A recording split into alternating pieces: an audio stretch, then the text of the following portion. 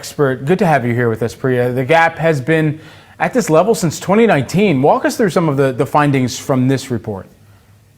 Yeah, so you mentioned it. Nice to meet you, Brad, by the way, that, the gender pay gap is widening and women are continuing to make less than men, and it's the worst it's been since 2019. And what we're finding is it's particularly pronounced at the occupational level. So especially within sales and professional roles, we're seeing men make 30% more than women for those same roles. So the underrepresentation of women in these higher paying roles, coupled with the systemic pay inequities and disparities, they continue to fuel inequality in earnings across various industries. But what we're also finding is that other factors impact how workers experience this gender pay gap. The first of which is age. So the labor force participation rate between men and women widens with age, particularly during parenthood. This was especially apparent during the pandemic when we saw millions of women exit the workforce due to the lack of available childcare. Race also plays a role. So the gender wage gap persists across all racial groups, with Asian men earning 23% more than Asian women, followed by gaps of 16% for Hispanic workers, 15% for white workers, and 14% for Black workers. And then there's the matter of education. The gap widens with education level as well. By late 2024, men with advanced degrees earn 25% more than similarly educated women. So we're really seeing this across the board, and it's exacerbated by things like age, race, and education. So what role do employers play in closing this gender pay gap, especially knowing many of them, not many, but there have been some very noteworthy rollbacks that we've seen in diversity, equity, and inclusion efforts, and part of that was an effort to also close the equity gap. Absolutely, Brad. That's a great question. And employers really do have a responsibility to do their part to help close this gap and create these equitable workplaces where everyone can thrive. And so the three key barriers that employers can address are as follows. Number one is pay transparency. As of February 2025, 60% of job postings on Indeed contain salary information, which is great because that is up from just 18% in 2020. So pay transparency really helps women become better equipped to ask for what they deserve, negotiate fair wages, and it really does keep employers accountable. So that is a huge one. The second one will be no surprise to you, and it was mentioned earlier in your segments, but remote and flexible work. Across all age groups, women consistently cite the ability to work remotely as a critical factor when they're considering job opportunities. In fact, Indeed data shows that 57% of women ages 35 to 44 have applied for a job specifically because it was fully remote. And of that group, 48% had children under the age of 18. So again, remote and flexible work is key for this audience. It's important to note as it relates to flexible work that the demand is increasing, but unfortunately, the supply is decreasing. So remote positions have decreased since 2022, and they only account for 8.3% of all advertised positions on Indeed. So this decline is really indicating a shift towards in-office work again. And then the last key barrier that employers really need to address is family leave benefits. So mentions of employer family-related benefits are increasing on Indeed, which is great, but they are still rare, with only 7% of our job postings mentioning paid family leave. And as we all know, without adequate paid family leave, many women are forced to take career breaks that impact their long-term earnings and may even prevent them from re-entering the workforce in the future. And so just lastly, while we have you here, because I want to give women some actionable tips out there and help everybody empty the quiver of all the arrows that they can throw at new opportunities in their negotiation. What are the top tips for advocating for equal pay in those negotiations? Yes, Brad. First of all, know your worth. I think this was mentioned in your earlier segments as well. Research. Research on industry standards for your role. Know what you're paid for that role in that region, and come to the table armed with that kind of data. It's going to allow you to present a strong case when you're negotiating for a pay raise or a promotion. And then the second is network and community.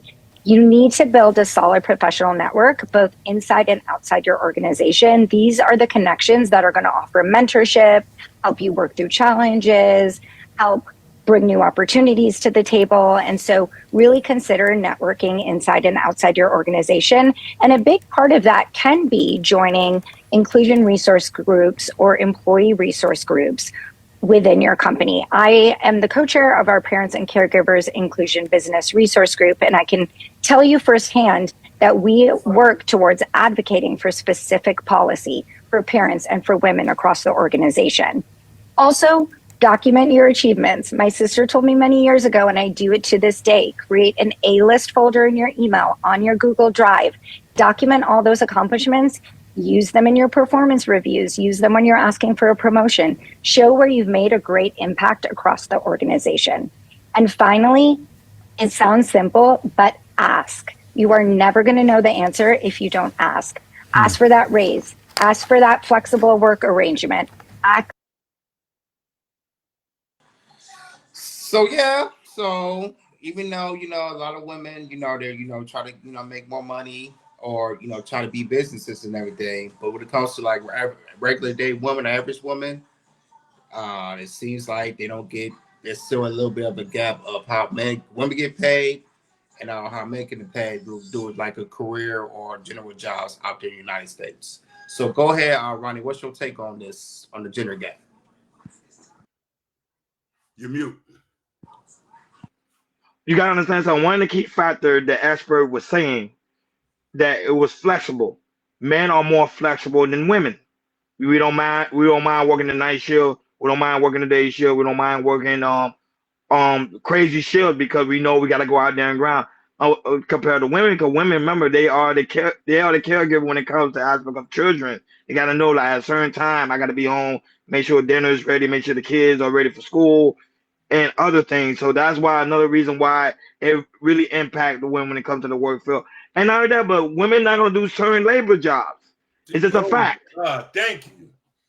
You know, it's tough to say that, even though you see more women doing construction now, but still, it's like those type of jobs is not built for women. So it makes it very difficult for them to compete when it comes to the aspect of the man workforce. But don't get me wrong, I still see women doing executive work, getting promoted, or even when it comes to office job, they're getting good reviews, all these good raises, all these other things. But those are more, you see, sit down jobs.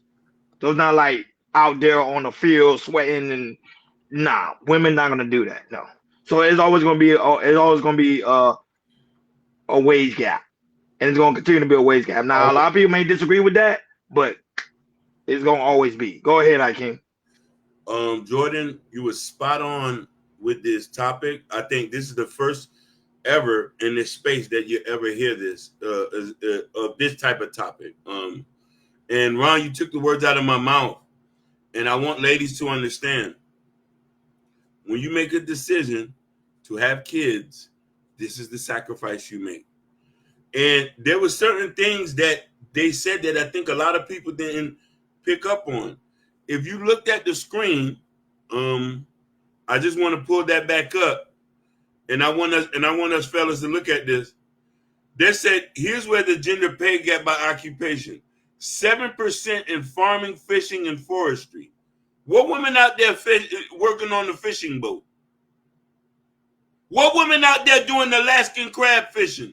Y'all been out there on the Alaskan crab fishing. You not out there. You know how many people are getting swallowed by the sea? It's only men. Then you said office and administration work, 15%. Then transportation and material moving. For the love of Christ, y'all just started to become truck drivers. Y'all not in the back hauling stuff in sales. So I love that they say this, but one thing she said that, and which really blew my mind was the remote thing. I worked remote before, and it's mainly women. Not a lot of guys work remote. And a lot of women who have kids want to be able to stay home. And most big businesses want you to come into the offices. So my key thing is this. You want the top remote jobs, you got to become in tech. You got to become a programmer. You got to get your A+ certification. You got to become a computer technician, because most of the remote balls are customer service. Those are getting shipped off to the Philippines.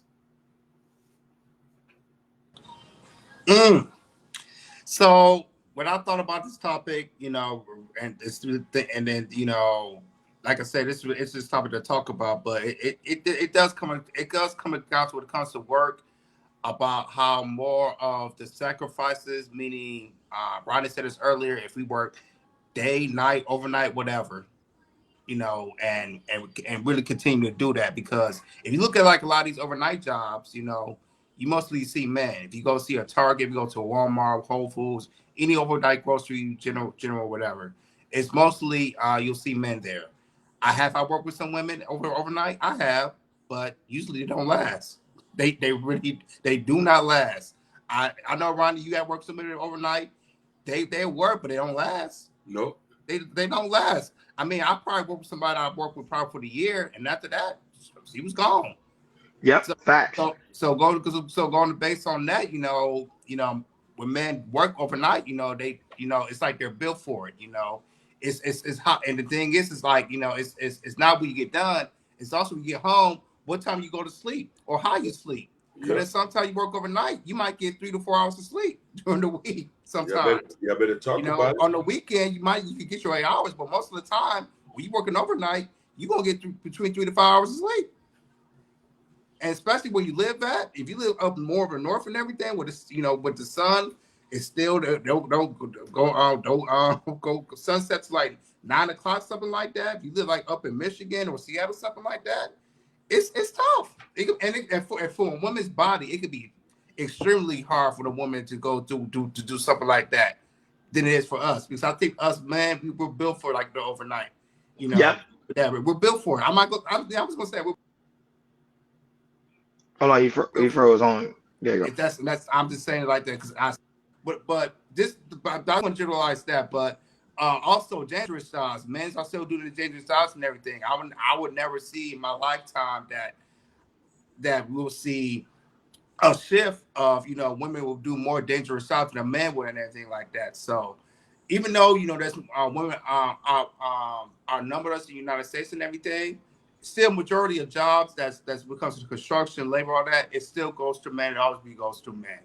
I think most women will say this, will think that, you know, long term of, you know, this is how jobs for men do. This is the jobs for men, not for women, but men.